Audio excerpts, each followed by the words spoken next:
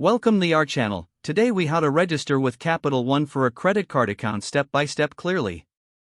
To register with Capital One for a credit card account, begin by visiting the official Capital One website.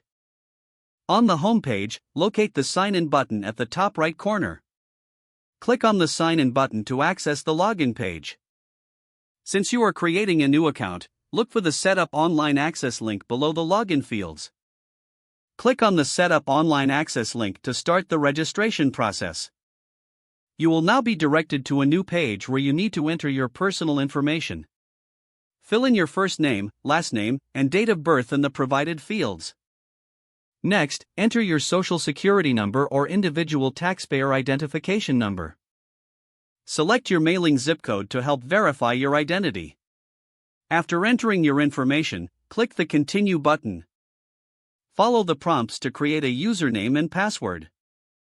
Ensure your password meets the security requirements provided on the page. Once your username and password are set, provide any additional information requested. This may include your email address and phone number for account recovery. Review all entered information for accuracy before proceeding. After confirming your details, submit your registration request.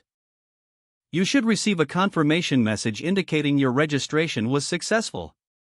You are now ready to log into your Capital One account using your newly created credentials. Remember to keep your login information secure for future access. If the page does not load, refresh the browser or try again in a private or incognito window.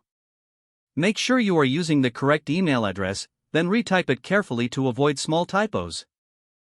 If your password is not accepted, use the reset option and create a new strong password you can remember. Check your spam folder for verification or security emails, then complete any requested confirmation steps.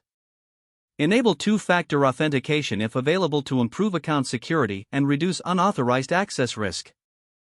After signing in, review your profile details so your contact information and settings are accurate and current.